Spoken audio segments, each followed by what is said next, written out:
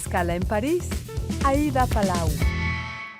Bienvenidos a todos a este programa de Radio Francia Internacional y de France 24. Hoy les hablamos de vino, de cómo el cambio climático está afectando a la viña, de por qué la producción esta temporada en América del Sur está siendo más baja y de la importancia del Big Data para el futuro del sector. Y lo hacemos con un gran conocedor, Pau Roca, que es director de la Organización Internacional del Vino. Pau, muchísimas gracias por estar con nosotros. Gracias, Aida. Estoy encantado de estar aquí y poder contestar a las preguntas. Bueno, Pau Roca es español del Penedès en Cataluña, que es una región donde se hacen excelentes cavas, y está al frente de la Organización Internacional del Vino, que representa a 48 estados, pero no están China y Estados Unidos. ¿Los veremos pronto en la organización? En algún momento tendrán que venir porque de momento sí somos muy representativos, tenemos el 65% de la producción, por decirlo de alguna manera, pero esos dos países que ha mencionado pues son muy importantes. El primero, la China, porque es el segundo país del mundo en superficie de viñedo después de España, con casi 1 millón de hectáreas de superficie destinada a la vid. Y Estados Unidos es el primer país consumidor del mundo, con lo cual son dos campeones a los que esperamos con los brazos abiertos. Diversas razones pues hacen que no hayan estado en la organización, aunque tiempo atrás lo estaban.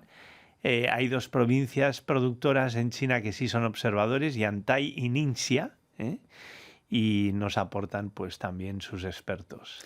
Y hay otro país de América Latina que también les gustaría, ¿no?, que integrara a esta organización. Efectivamente, pues somos un poco buscando la forma de que entre Bolivia. Bolivia es un país muy interesante porque si hablamos de cambio climático, Bolivia pues es un exponente del viñedo de altura, a casi a 3.000 metros pueden estar los viñedos plantados, y eso hace que sea muy peculiar la producción de vino en ese país, de vino y de Singani, dos productos muy además de buenas calidades. ¿Y podría convertirse Bolivia en un modelo para el futuro? Bueno, al menos es un modelo de estudio. Bueno, el precio del vino ha subido, y ha subido por varias razones. ¿Qué tiene que ver la guerra en Ucrania? La guerra de Ucrania pues se añade a un problema más que tenemos, que principalmente los precios suben no tanto por el costo de la uva, sino por el transporte, por la crisis de la cadena de suministro que viene generada por el COVID-19 y por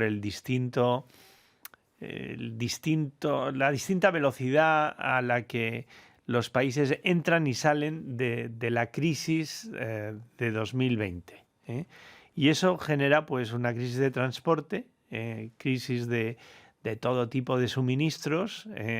El vino es muy importante en el comercio internacional, pero además todos los insumos pues quedan dijéramos, en una situación difícil de transporte, también los pallets, también los contenedores, y a eso se le añade pues la crisis energética y la inflación.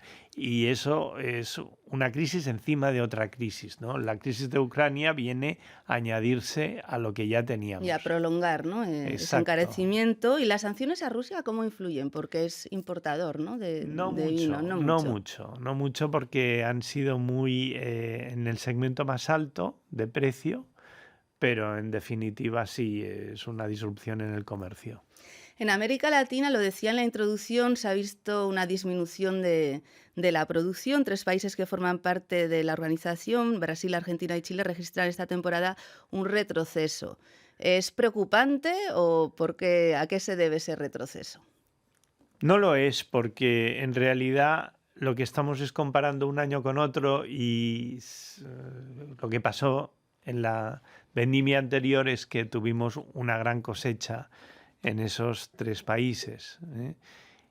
Este año pues vuelve un poco a la normalidad, y si lo comparamos con una media de 5 años, pues quiere Están decir... en la media. Lo que es interesante es que el Cono Sur y y todo el hemisferio sur, pues representan más o menos un 25 o un 30% de la producción mundial. Y eso supone un equilibrio para los desajustes que pueden producirse cada vez más en el hemisferio norte, ¿no? En definitiva, todos sufrimos del cambio climático, pero la diversificación entre dos hemisferios hace que los riesgos pues puedan compensarse.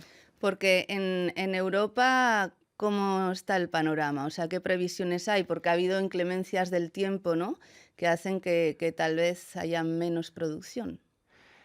Este año ha sido difícil como lo fue el anterior. El anterior fue realmente una reducción importante y ya veníamos de otro. Estamos ante fenómenos muy puntuales, ¿no?, de todo tipo, ¿no?, de tiempo, ¿no?, más que de clima, ¿no?, del mal tiempo que hace en algún momento y algún fenómeno pues que hace que tanto el granizo como los incendios, como la sequía, pues esto naturalmente el producto, pues el viñedo sufre y en el hemisferio norte pues se nota muchísimo porque hay más tierra, hay más continente y por tanto aquí es donde en fin, nos encontramos ante este fenómeno. También ocurre en el hemisferio sur. Hemos tenido incendios y momentos muy difíciles en Australia, y bueno, esta es una realidad que nos viene un poco impuesta por el cambio climático.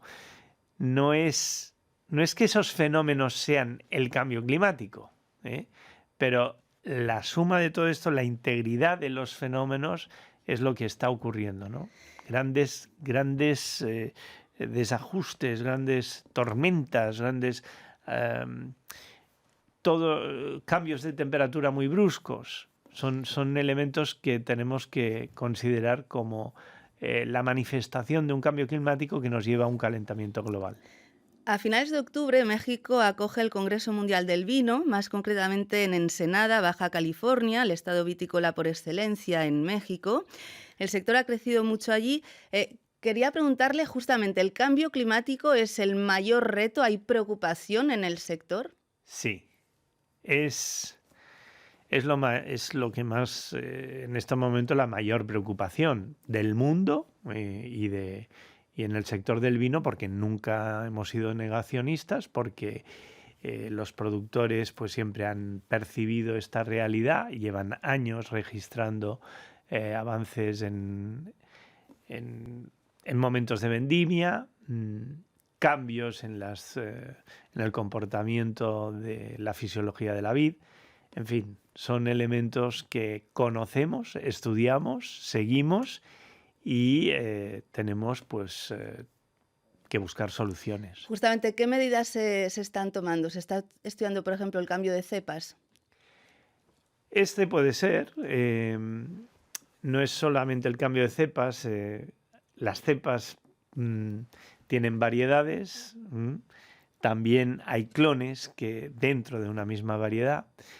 No buscamos la uniformidad, creemos que en la diversidad está la respuesta, ¿no?, en la biodiversidad también de la propia viña, ¿no?, en esa resiliencia que tiene la especie, ¿no? Vitis vinifera es una especie que ha ido acompañando al hombre durante pues 8.000 años y esto hace que sea un producto una planta que está que puede dar respuestas, ¿no? Esto es una de las actuaciones, puede ser también la forma de conducción de la viña, ¿no? Porque la fisiología de la viña, pues. Y luego, ¿por qué no decirlo? También hay oportunidades, porque nadie pensaba que pudiéramos tener vino espumoso, que por cierto muy bueno, en el Reino Unido, o en Noruega o en Suecia. Claro, hay países muy fríos, claro, que ahora sí pueden, ¿no? Efectivamente, y luego pues el sur de Alemania, que siempre tenía dificultades de llegar a unos niveles de madurez. O sea, se está corriendo hacia el norte. Sí, tampoco nada es, todo es muy relativo, ¿eh? Nada es una verdad absoluta porque hay que ir viendo cómo esto ocurre, pero bueno, es muy importante sobre todo ser conscientes, adaptarse. Hay una parte de mitigación importante en el sector que es el cuidado de los suelos. Estamos volviendo a mirar bien el suelo como un organismo vivo. Eso es muy, muy importante como captor de CO2. Y bueno, las prácticas de cultivo son fundamentales. Conocer bien el viñedo. Y vivimos en un mundo digitalizado, donde el Big Data es muy importante para muchos sectores. ¿De qué manera puede ayudar al sector del vino el Big Data? Pues entre otras cosas puede ayudar a hacer frente al cambio climático, porque estamos inundados en datos. Tenemos muchos captores en la viña, tenemos muchos datos, pero no somos capaces de digerirlos, ¿no? Y eso hace que la inteligencia artificial es la que nos pueda acompañar a tomar decisiones, a interpretar lo que ocurre, más allá que la inteligencia humana, porque es un complemento y una herramienta enorme.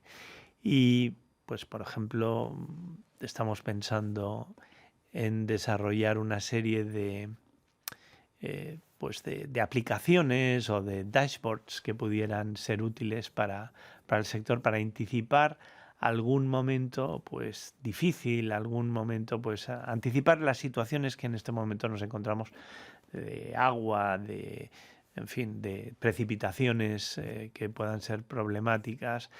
Y todo esto, pues, anticipar también problemas de infecciones criptogámicas, cuestiones que la viña, pues, nosotros sabemos cómo,